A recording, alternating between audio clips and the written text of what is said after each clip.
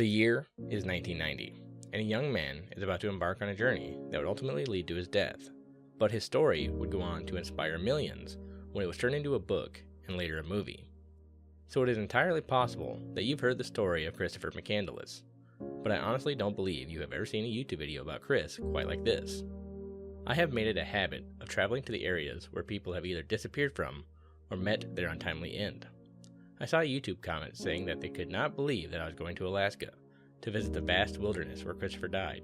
And you're right, I'm not in the Alaskan wilderness, retracing Christopher McCandless' steps to the magic school bus, where he spent over 100 days living off the land and eventually dying. Instead, I am in Carthage, South Dakota, and if you know anything about Christopher McCandless, you'll know that he spent quite a bit of time working here in a grain elevator, and I thought it would be kind of cool to check it out, because I actually have the rare opportunity that a lot of people who make a video on Chris don't. I don't live terribly far from Carthage, and I thought it'd be kind of cool to just take a look around, show you some of the scenes, or the places where they filmed some of the scenes for the movie, and who knows, maybe you'll find this part interesting.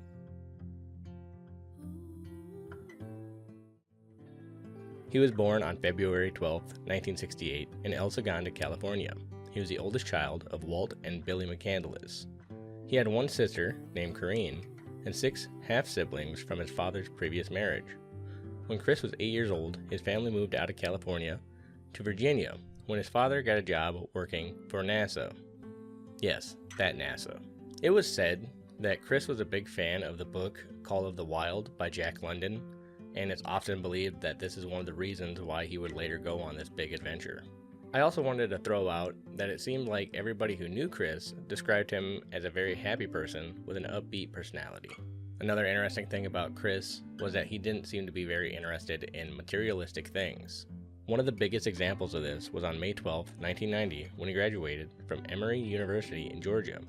His parents wanted to use some of his money that he had left over from college to buy a new car, but Chris said he already had a car, a yellow Datsun that he had actually worked very hard for, and it seemed that if he didn't earn it, he didn't really want it. And not long after this conversation with his parents, Chris would end up donating the remainder of his money, which was around $24,000, which today would be around $58,000, to a charity called Oxfam, which was a charity that was dedicated to fighting hunger. He then went to the post office and asked them to hold his mail until August 1st, and then send it back. And without telling anybody, he would start his journey across America, with his eyes set on the Alaskan wilderness. Not long into his journey, while traveling through Arizona, he had some car trouble when his yellow Datsun was caught in a flash flood, with Christopher still inside of it. At that point, his car was totaled, but once again, he showed just how little he cared about materialistic things. As he would burn the remainder of the money in his wallet, which was around $120, he buried the license plates off of his car and continued his journey on foot, with what little possessions he could carry, and started calling himself Alexander Supertramp. Eventually, Chris would make it to a small town called Carthage, South Dakota, where he would work for a man named Wayne Westerburg, and this area kind of worked as a central hub, as you would say, for Chris. So, I'm pretty sure that this is the grain elevator where Christopher McCandless worked for Wayne Westerburg for those months. It is a very small town, which kind of makes me think that's why Christopher McCandless was so interested in actually working and staying here. Because, as you know, I'm sure the other guys told you, that Christopher McCandless was not a person who was into materialistic things. A small town like this, working in a grain elevator, it all kind of makes sense that he would want to be here. From my understanding, he liked it so much that after he actually left the first time, he came back, I want to say a month or a few weeks later, just to work for Wayne again. And after Wayne was arrested, for reasons I'm not going to get into, he would continue to write Wayne letters while he was in prison. Another thing that they actually touched on that in the movie, which I thought was really cool. But this is Zip Feeds here in Carthage, South Dakota. And I'm pretty sure this is where Chris worked. But yeah, I'm going to show you guys some other cool stuff. Okay, so I'm driving around Carthage right now, and I actually just met the former owner of the Cabaret Room. He owned it whenever Christopher McCandless was here in town. He said that he actually knew Chris, and that I might be able to get a hold of Wayne Westerburg if I go down to the grain elevator, and I might possibly be able to do an interview with him, which would be really awesome. So just stay tuned and we'll see what happens. So another cool location here in Carthage, South Dakota would be the Cabaret Room, where Christopher McCandless and Wayne Westerberg and a bunch of other guys would spend some time there, and it was such an important part of his story, like one of his favorite places to go, I guess. And they filmed it here just for the authenticity of the story, and I thought that was really cool. Another thing I want to share with you guys that's actually kind of a funny story was years ago, I used to work for a sign company, and I actually was one of the people who helped make and install that sign that's on the Cabaret Room. And this was before, I'd heard of the Christopher McCandless story, but I never really dove into it myself. So whenever I found out that it was actually such an important thing for Christopher McCandless and Wayne Westerberg and all them was this bar, I thought that was really neat because I had already replaced that sign years beforehand. But going on, we'll probably get a little bit of a closer view, and yeah. Okay, I got some good news. I don't know how, but I was able to get Wayne Westerberg's phone number.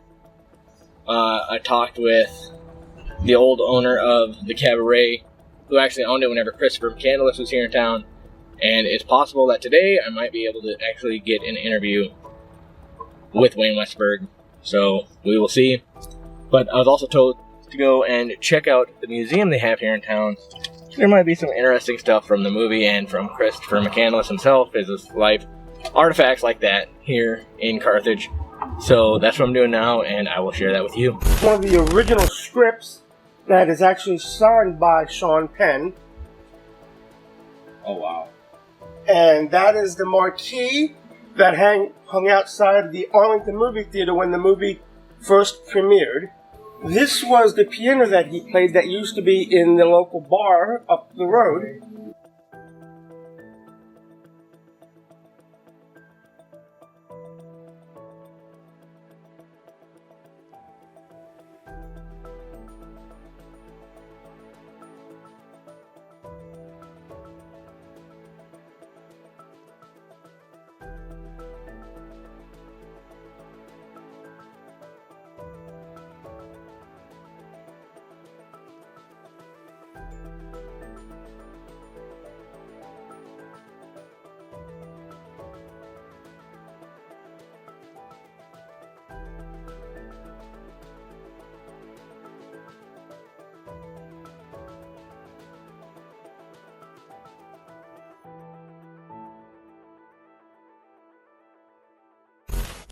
So one other thing I wanted to kind of mention that's kind of cool about this place is that whenever they decided to move the bus that Christopher McCandless died in Alaska, due to the fact that so many people were actually making the trek up there and getting stuck, calling for help, I believe it was over 15 people had to be rescued at different times, of course, trying to make that journey up there to check out the bus in the area where he died.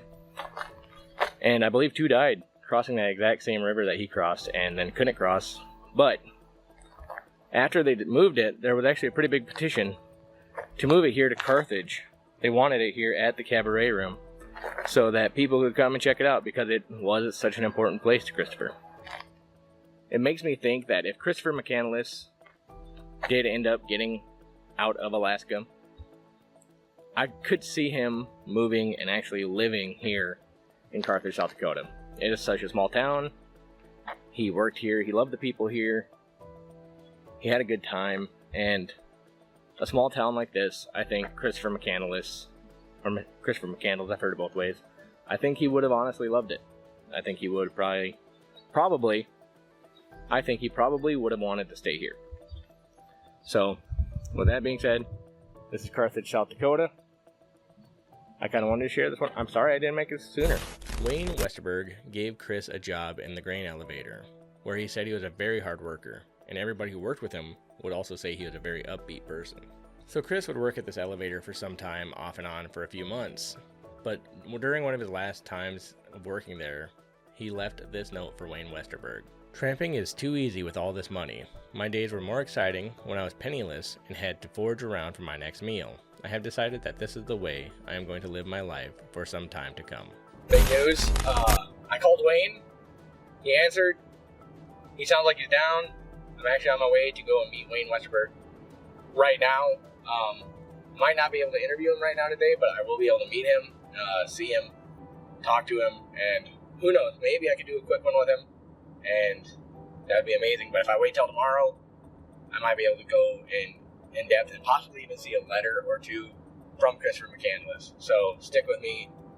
This is exciting. One thing that a lot of people don't realize is that yes, Christopher, who is now going by Alexander Supertramp, did leave Carthage, but it wasn't like he only worked there for a little bit and then went away. He would come back multiple different times, and he actually grew a pretty good friendship with Wayne Westerburg, who was his boss at the time. And he would stay there basically until Wayne was arrested for things that we won't get into really, but it had something to do with satellites. And after that, he would leave for the last time. Whenever you first met Christopher McCandless, aka Alexander Supertramp, I believe you picked him up hitchhiking. Yes, so we were we used to run combines across the United States and did the custom combining, and we were actually it was in the fall, late summer, I should say, in August. So we were in Montana working, and our closest, we ran John Deere combines, so our closest John Deere dealer was Cut Bank, Montana. And I had went over to get some parts that day, and I was in the John Deere dealer at the time, and walked out and was putting parts in the pickup, and at the time, this guy was walking past my pickup and asked if he could catch a ride. Well, for a little bit there, I told him that I was just going back to the field where we stayed, and we visited for a few minutes, and I said, well, I could give you a ride to Shelby, Montana. So that's kind of how it started. Rather than going back up to the border, I would go from Cut Bank over to Shelby, and I was going to drop him there at the interstate. Was the original plan, but then I had a friend of mine, his name was Roger Horgus. He used to run the farm for a big international dealer in Etheridge, Montana, which is halfway between Shelby and Cut Bank. So we stopped in there to drop some parts off, and his wife was just making dinner. It was late in the afternoon, and she asked if we wanted to stay for dinner. And at that time, I'd kind of introduced to Chris by his name was Alex. So from there on out, his name was Alexander, or Alex to me, and I asked him if he was hungry, and he said he was, and so that kind of started the story. So anyway, we ended up having dinner there, and then a thunderstorm came up, and it got late, and we ended up watching some TV, and then it was still raining, so I asked him if he wanted to go on and get off in Shelby, or come up and he could stay at our trailers and, check out the combine deal a little bit, and he decided he wanted to do that. So we went to Sunburst, Montana, where our trailer was, and then I guess he ended up staying about maybe a week with us while we finished up there. And then he had told me that I had offered him a job back here if he wanted to come back and help us. We were going to move back here from up there when we got done.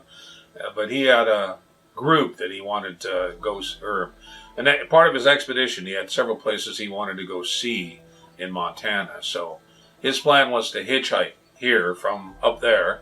And so we loaded up and we moved on back home, and we were back here, and I don't know, it was kind of odd because we were actually over by Carthage working, and my dad and I came over to get some headers here from a building we had in storage, and just when we were pulling them out of the shop, a pickup stopped out on the highway, and a guy got out, and it was Alex. So he made it all the way back here, and he hitchhiked right to here, and it was lucky he caught us here. But that kind of started the story of him being here.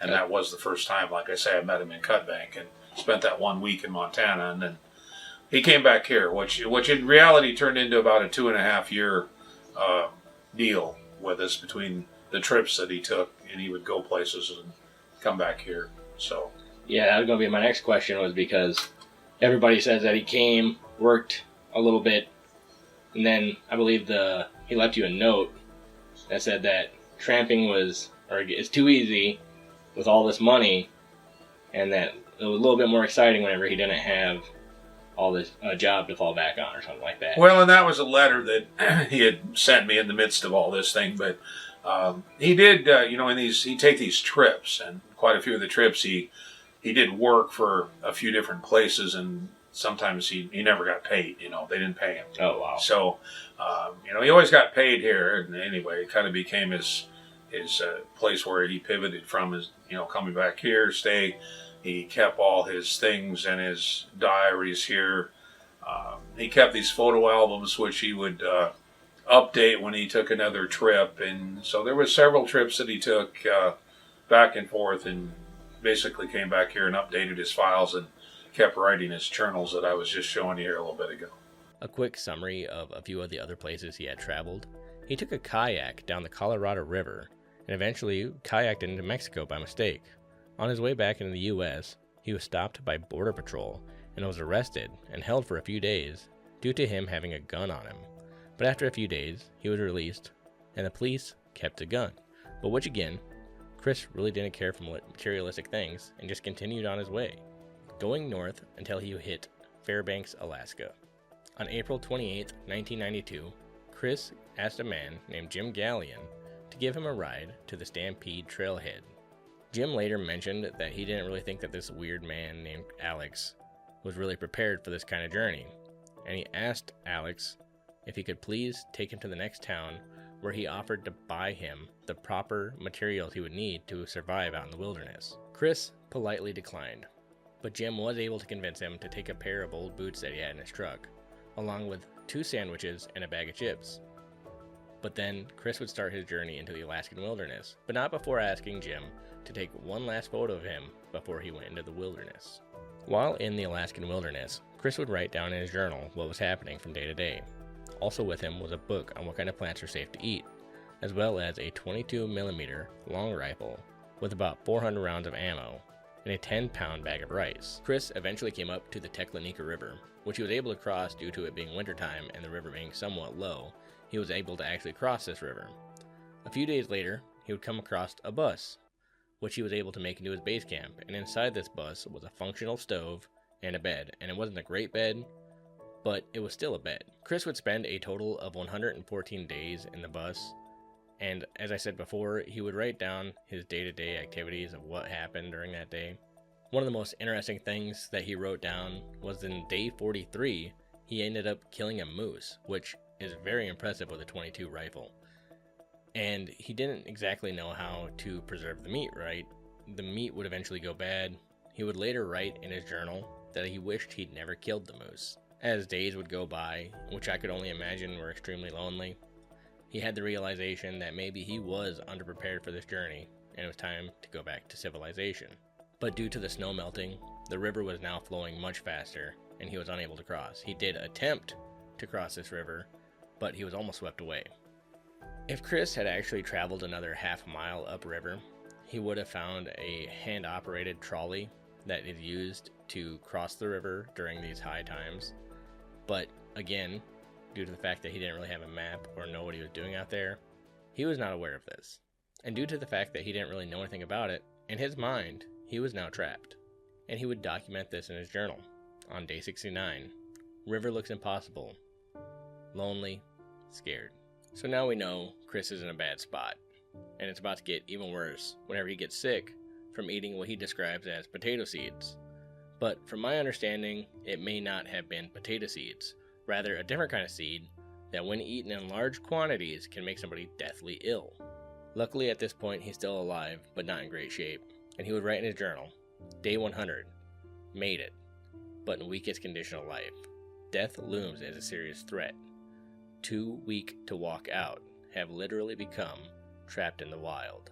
No game. Chris quickly realized that he was not going to make it out of this situation without help from somebody else, and he would write on a note that he would leave in the window of the bus that read, Attention possible visitors. SOS, I need your help. I am injured, near death, and too weak to hike out of here. I am all alone. This is no joke. In the name of God, please remain to save me. I am out collecting berries close by, and I shall return this evening. Thank you, Chris McCandless. August. Okay, so this message to me seems like two things. Obviously, the first is a very obvious cry for help. But the second thing is, Chris is not exactly a stupid person. He knew that the odds of somebody randomly walking across him in the Alaskan wilderness were not very high. And if you can recall, ever since he left on this journey, he's basically been going by Alexander Supertramp. So him using his name Christopher McCandless was kind of a way to make sure his family would end up with his remains and they would know what had happened to him. I think, at this point, Chris knew he was going to die. Chris would continue to write in his journal after this, but it wasn't like a lot. He would write the day and just a line through it until day 113, when he would just write the day. At some point, Chris would take his final picture. It was of Chris smiling, waving at the camera, and holding up a note that read, "I have had a happy life, and thank the Lord. Goodbye, and may God bless all." On September 6th, 1992, 2 moose hunters would come across the bus. They would read his note, and they would enter the bus. They would smell something terrible, and that's whenever they found Chris in the back of the bus, wrapped in a sleeping bag. Coroners believed that he was found 14 days after he had passed, which means that he would have died on August 23rd, 1992. And honestly, thinking about how close he really was to being saved kind of breaks your heart. While talking with Wayne Westerburg, he kind of let me know a little information that most people don't realize was Chris, whenever he was found by those 2 moose hunters, that was the first time that it was reported, but in fact it was not the first person to come across the bus while Chris was in it, because his reel of photos was actually missing. And after the 2 moose hunters came across him and found him, then reported it, and it kind of hit the headlines of this man being found on the bus, only then did somebody anonymously return the film to the police station. Using dental records and the help of Wayne Westerburg, who obviously was his boss, had his real name on file, they were able to correctly identify Chris as the man in the bus. Whenever those 2 moose hunters found him, his body only weighed 67 pounds. And the coroner believed that he did, in fact, starve to death. As an ending note, I want to kind of throw this out there, because I know a lot of people say, oh, Chris was kind of an idiot because he didn't go out and he didn't plan and he was not properly trained for the wilderness. And yeah, you're right. He did make some major mistakes. Absolutely. I know a lot of people blame Chris for other people going out on the same journey who were inspired by his story and getting lost in the wilderness and ended up being rescued. I believe it was 15 people had to be rescued from there, and then 2 other people actually lost their lives trying to get to the exact same spot where the magic bus was, which they ended up moving the magic bus. But the point is, a lot of people will blame Chris for those people's mistakes as well. That to me doesn't seem fair. Just because you're inspired by somebody doesn't make it their fault that you went out and did something. Did Chris make some mistakes? Absolutely. And he paid the ultimate price for it.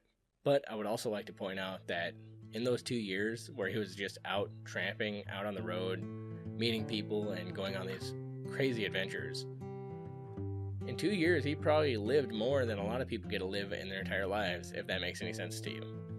He wasn't out doing a double shift on his second job just to make a car payment. He was just out living.